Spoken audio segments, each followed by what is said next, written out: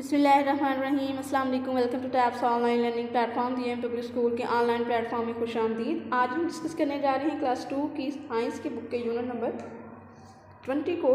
Unit number 20 में हमारे पास wind है, जिसमें क्वेश्चन दिया गया है व्हाट मेक्स लीव मूव। हाँ जी, चैप्टर है आपका विंड और क्वेश्चन है व्हाट मेक्स लीव्स मूव, के कौन सी चीज़ है जो पत्तों को हरकत करने पर मजबूर करती है। तो क्या हो सकता है वो बताना पड़ेगा आपको। तो उसको बताने के लिए, उसको समझने के लिए हम जो है वो चैप्टर की रीडिंग स्टार्ट करते हैं। A fast ride on a merry go round. Merry go round क्या है? मैरी गो राउंड आपका एक गोल झूला होता है, जैसे आपके स्कूल में भी है जिसके ऊपर बच्चे बैठते हैं और गोल गोल घूमते हैं, ठीक है। इसी तरह जब आप किसी बड़े पार्क में जाते हैं तो वहाँ आपने देखा है ना, ऊपर छत होती है, छत से नीचे जो है वो रूप्स आ रही होती हैं, रस्सियाँ आ रही होती हैं या रॉड आ रहे होते हैं, उनके साथ कभी घोड़े लगे होते हैं, कभी कार्स लगी होती हैं, कभी मतलब बसेस लगी होती हैं और उसके ऊपर बच्चे बैठते हैं। बैठ के तो वो जो गोल गोल घूमता है तो आप जो है ना वो आप भी घूमना शुरू हो जाते हैं साथ। उस झूले को क्या कहते हैं? मैरी गो राउंड, ठीक है।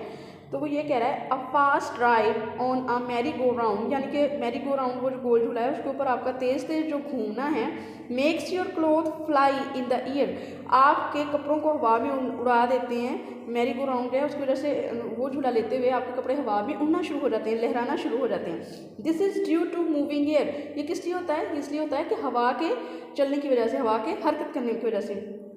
जब आप हरकत करते हैं तो आपको इर्द गिर्द नज़र नहीं आता, लेकिन हवा होती है, वो हवा जब हिलती है तो आपके कपड़े भी साथ मूव करते हैं। Moving air is called wind, हवा का चलना, हवा का बहना, हवा का जो फ्लो है वो क्या कहलाता है?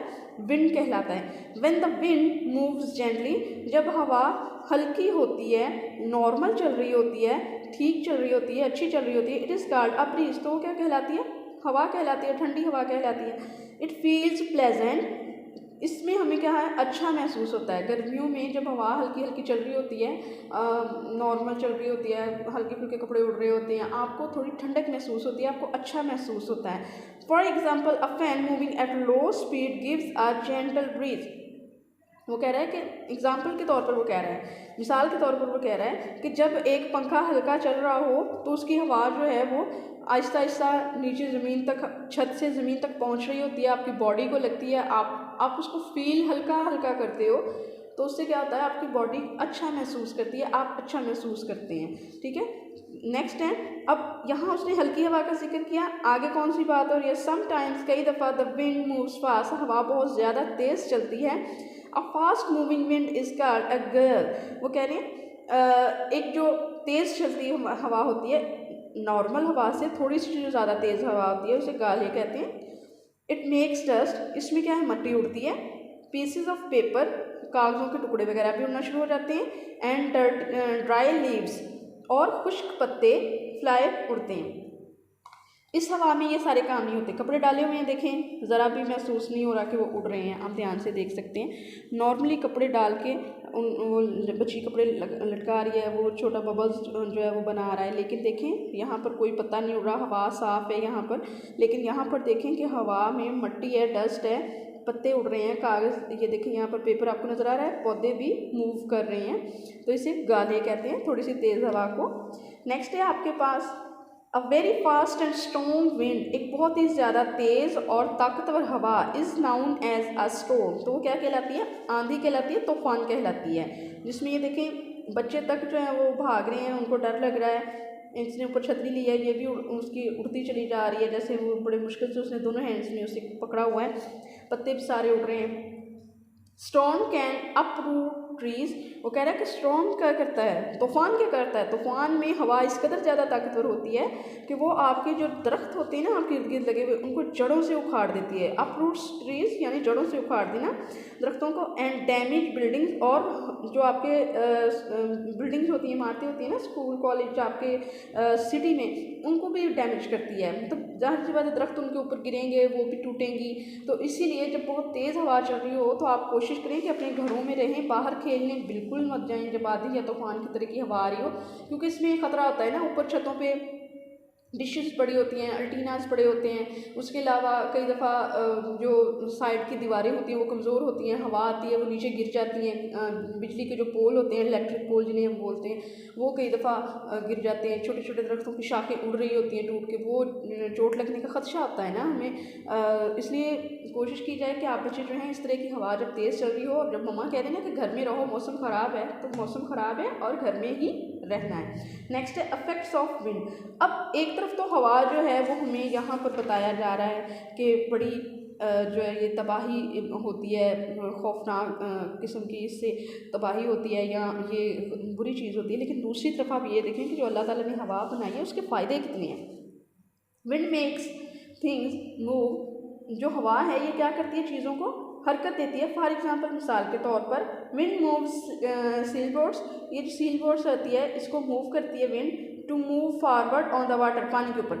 अब इसके अंदर कोई इंजन वगैरह होता तो है, लेकिन उससे हटकर ये जो लगे हुए हैं ना इसके ऊपर बड़े बड़े ये कपड़े से, इनको बादबान कहते हैं। और ये जब हवा के साथ मूव करते हैं ना तो ये हवा की साइड इसको क्या करती है कि धकेलती है इनको, जिसकी वजह से ये जो कश्ती है ये भी चलना शुरू हो जाती है पानी के तरफ, पानी के अंदर आगे को, क्योंकि इनकी रुख मोड़ सकते हैं ना, जिस तरफ को हवा चल रही हो उस तरफ को इनका रुख मूव कर सकते हैं। तो उससे क्या होता है कि इनके ऊपर दबाव पड़ता है, ये पुश होते हैं आगे को। जैसे आप अगर जैसे अगर यहाँ फ़र्ज़ करें पंखा है और मैं एक कपड़ा लेके यूँ खड़ी होती हूँ, तो वो हवा जो पंखे की हवा है वो उस कपड़े को आगे को उड़ा देगी। इसी तरह इनको भी जब आगे को उड़ाया जाता है तो उसके साथ ये कश्ती भी चलना शुरू हो जाती है।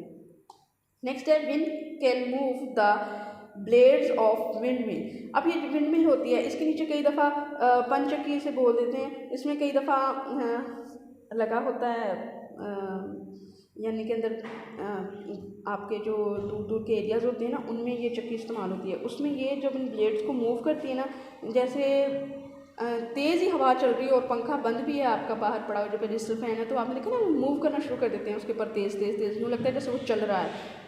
इसी तरह ये भी मूव्स होते हैं हवा से, ये इनको हवा मूव करती है, नीचे जो इसकी मशीनरी होती है टरबाइन टाइप होती है वो चलना शुरू हो जाती है। तो कई दफ़ा तो ये पानी जो है ना वो किसी नहर वगैरह से निकाल के दूसरी साइड पे गिराने का काम करती है। कई दफ़ा इसके नीचे चक्की सी लगी होती है, तो दूर दूर के लोग उसमें घी दाल ये वो इस तरह की चीज़ें पीसते हैं। कई दफ़ा इसके नीचे दूसरी मशीनरी लगी होती है इलेक्ट्रिक, जिससे बिजली पैदा होती है और उस जगह को बिजली सप्लाई होती है। तो ये देखिए कितनी अच्छी चीज़ है हवा का चलना। Wind carry small seeds. अब आपने कई दफ़ा देखा होगा आप गली से किसी जगह से गुजरते हैं तो दीवार के ऊपर कहीं ना कहीं कोई पौधा उगा हुआ होता है। अब आपको हैरत होती है पौधे का ये बीज इधर चला कैसे गया, ये उग कैसे गया। तो वो क्या होता है कि हवा जो होती है वो पौधे के बीजों को उड़ाती है, सीड्स को उड़ाती है, और कहीं ना कहीं उनको हवा जो है उनके बोझ की वजह से उनको गिरा देती है। और अगर उनको वहाँ सही अच्छे सर्कमस्टांसेस मिल जाएँ, अच्छे हालात मिल जाए, अच्छा माहौल मिल जाए, मतलब वहाँ पानी भी है, नमी भी है, सूरज की रोशनी भी है और मिट्टी भी थोड़ी उनके ऊपर गिर जाए, तो वो उगना शुरू हो जाते हैं, वो एक ट्री की शक्ल में ग्रो कर जाते हैं। इसी तरह मुख्तलिफ़ जगहों पे मुख्तलिफ़ बीज जो हैं वो ग्रो करते हैं और उनसे तनावर दरख्त बनते हैं और फिर ये सिलसिला चलता रहता है। टू न्यू प्लेसेस, वो यही कह रहा है कि नई जगहों पर हवा जो है वो पौधों के बीज जो है उनको ले जाती है। Wind makes clouds move. अब हवा जो है ये क्या करती है, ये बादलों को भी हरकत करने में मदद देती है। अगर बादल छाएँ और हवा नहीं चल रही तो वो सारा टाइम सूरज के आगे रहेंगे, और अगर बादल कहीं दूर हैं और हवा रुकी हुई है और सूरज की तपश बहुत शदीद है तो भी आप अल्लाह ताला से दुआ मांगते हैं, अल्लाह ताला जी हवा भेज दें, बादल भेज दें। तो बादल कैसे आएंगे, हवा के साथ आएंगे। तो हवा इनको लेकर आती है उठाकर और आगे पीछे करती रहती है जैसे मौसम चेंज होता रहता है। Wind pushes the water. अब हवा जो है वो धकेल देती है पानी को in the seas and oceans. समंदरों और दरियाओं में जो है हवा जो है पानी को आगे पीछे करती रहती है। रुका हुआ पानी जो है उसके ऊपर डस्ट की एक तय जम जाती है, वो स्मेली हो जाता है, डर्टी हो जाता है, उसमें से बदबू आनी शुरू हो जाती है। लेकिन समंदरों में जो पानी होता है वो ऊपर नीचे आगे पीछे होता रहता है, क्योंकि हवा उसको ऊपर नीचे आगे पीछे करती रहती है, इसलिए इतने बड़े बड़े समंदर में उनमें से स्मेल नहीं आती, डर्ट नहीं उनके ऊपर होती।